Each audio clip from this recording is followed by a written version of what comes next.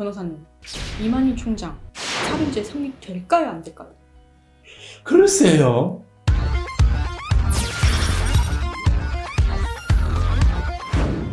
안녕하세요. 법무부의 법승의 이금호 변호사입니다.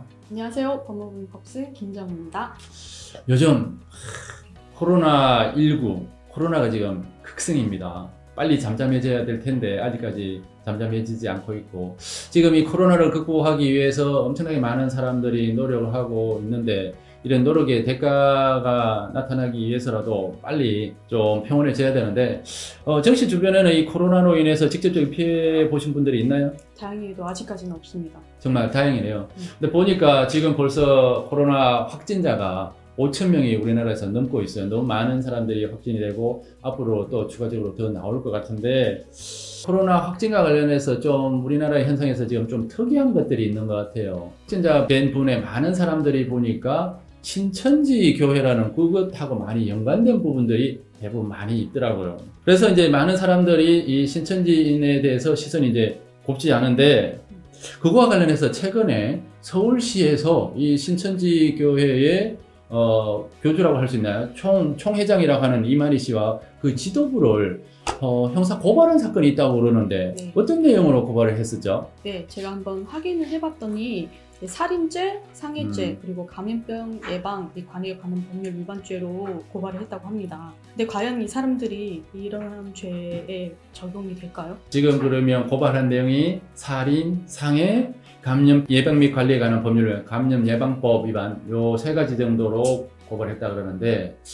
제가 먼저 우선에 딱 떠오르는 거, 감염병 예방법과 관련해서는 이런 명확한 조문이 있으니까 여기에 의해서 처벌을 받을 수 있을 것 같은데, 감염병 예방법에 의하면은 역학조사에서 거짓 진술 또는 거짓 자료를 제출하거나 고의적으로 사실을 누락 엄폐한 경우에는 2년 이하 징역 또는 2천만 원 이하 벌금에 처하도록 되어 있는데, 신천지교회에서 가장 문제가 되는 것이 감염 경로를 차단하기 위해서 신자들의 명단하고 또 예배하는 곳의 장소, 이런 자료들을 정확하게 제출해 달라고 하는데 거짓으로 제출하고 일부를 의도적으로 누락한다고 하고 있으니까, 그거와 관련해서 진짜 신천지 교회 측에서 의도적으로 누락했고, 그렇다면 이 감염병 예방법에 의해서는 처벌받는 게 분명할 것 같네요. 네, 그렇다면 변호사님, 네. 감염병 예방법에 의해서 처벌된다는 것을 알겠는데, 예. 근데 과연 이만희 총장이 살인죄에 적용이 될까요? 이게 일반인 입장에서는 약간 살인죄로 고발하면 조금 터무니없는 고발 아닐까 싶거든요. 그렇게 좀 하죠. 언뜻 생각해서는 그런 게 막 와닿지는 않으니까. 일반적으로 생각할 때, 정씨가 생각할 때 살인죄는 보통 어떤 경우에 이루어져요? 사람을 살해하는 고의를 갖고 이렇게 그 행동을 보통 어떤 방식으로 사람들을 죽이죠? 적극적으로 자기 하는 행위랑 소극적으로 아무것도 안 하는 행위. 일반적으로 살인죄가 일어나는 방식을 보면은 사람을 찌른다든지 목을 졸른다든지 그런 방식으로 살인죄라는 게 이루어지잖아요. 네. 근데 지금 우리가 생각해 볼 때 이만희 총회장 같은 경우에는 그런 행위는 안 한 게 분명하단 말이에요. 그러면 일반 사람들이 생각할 때 이게 어떻게 살인죄가 인정되지라고 의문이 상당히 들기는 할 것 같아요. 혹시 정씨 우리 법률 용어 중에 자귀부작이라는 말을 들어본 적이 있나요? 네, 들어본 적 있습니다. 그 자기가 뭐죠? 자기라는 거는 어떤 적극적으로 행위를 하는 적극적으로 행위를 하고 법적 책임지게 되는 것이고, 네. 그럼 부작위는? 부작위는 반대로 소극적으로 해야 할 것을 일부러 안 해서 그리고 법적 책임을 지게 되는 것입니다. 일반 대부분의 범죄 행위는 우리가 쉽게 생각할 때는 자기 형태로, 즉 어떤 적극적으로 자기가 행동을 해서 그것으로 인해서 결과가 발생하고 거기에 따라서 결과에 대한 책임을 지는 형태로 대부분 이루어지거든요. 근데 경우에 따라서 이제 범죄는 부작위 형태로 이제 이루어지게 하는데, 부작위는 방금 말씀하신 것처럼 뭔가를 방지해야 될 의무가 있는 사람이 그 방지 의무를 이행하지 않음으로 인해서 어떤 결과가 발생했을 때 그 결과에 대해서 형사 책임을 지는 것이 부작위에 의한 범죄 성립이 되거든요.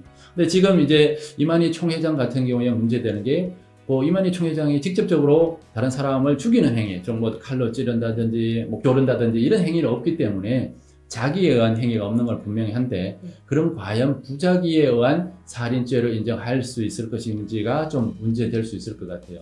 만약에 이제 이만희 총회장한테 부작위에 의한 살인죄가 인정되려고 하면은 어떤 행위를 해야 되는데 하지 않음으로 인해서 살인이라는 결과가 발생하는 거.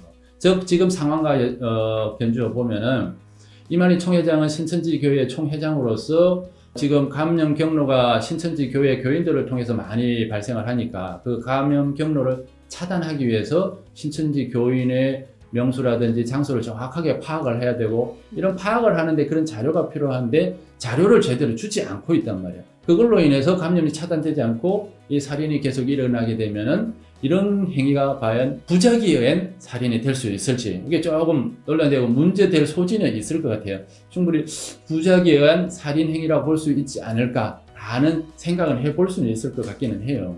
변호사님, 네. 살인죄가 성립하려면 고의가 있어야 된다고 하는데 네. 과연 이 사건 경우에서는 고의가 인정될 수가 있을까요? 범죄 발생할 때 보면 고의라는 게 있어야 되는데 대부분은 고의가 확정적 고의라고 그래서 자기가 의도적으로 분명하게 결과 발생까지 다 생각을 하고 자기의 그 생각에 따라서 생각대로 행동하는 거 이런 것을 통상적으로는 확정적 고의라고 하거든요. 근데 이런 고의와 달리 잘 써지지는 않지만 요즘 많이 들어보신 용어 중에 미필적 고의라는 게 있어요. 미필적 고의.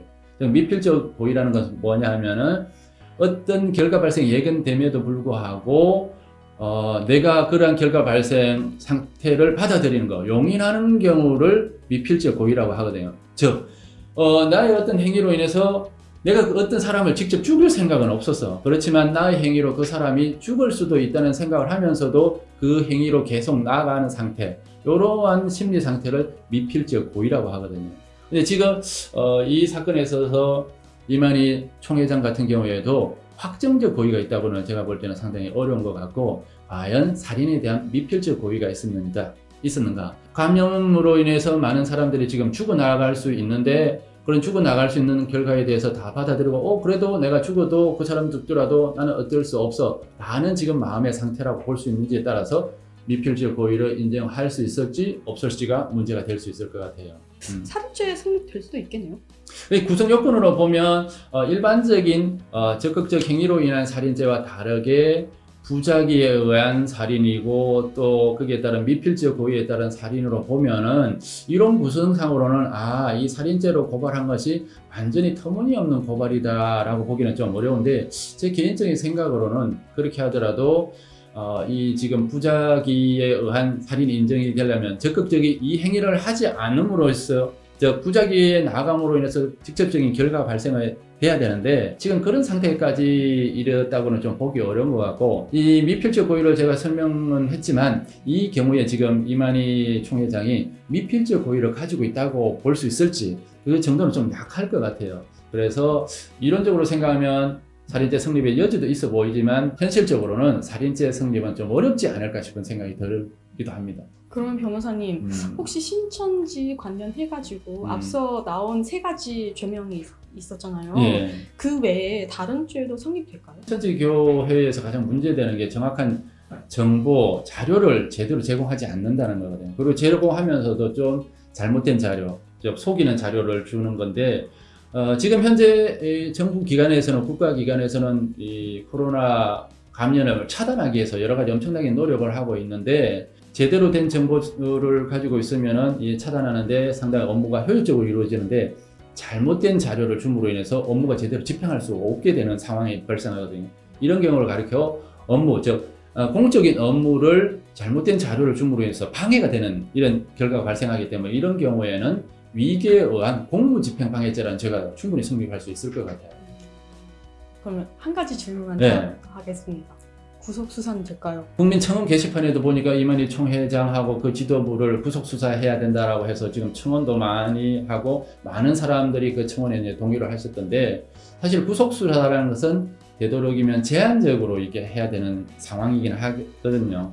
많은 사람들이 지금 구속수사, 강제수사를 해야 된다라고만 주장을 하시는데 사실 지금 신천지 교회 측에서 이 자료를 제공하는 게 의도적으로 누락하고 허위의 자료를 제출하는 것인지 아니면 제출하는 과정에서 실수로 뭐 좀 빠졌는 건지 명확하게 알 수는 없고 이러면 일정 부분에 대해서는 자료를 막 제출하고 있는 상황이기 때문에 이런 상황까지 구속 강제 수사력을 동원해서 수사를 하기는 쉽지 않다고 보여요.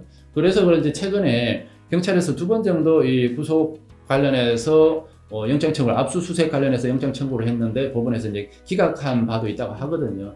지금 상황으로서는 제가 생각할 때 강제 수사하기는 쉽지 않을 것 같은 생각이 들어요. 물론 필요성은 조금씩 대두되기는 하는데 지금 객관적인 상황으로 따질 때는 강제 수사 상황은 아니지 않나 생각을 합니다.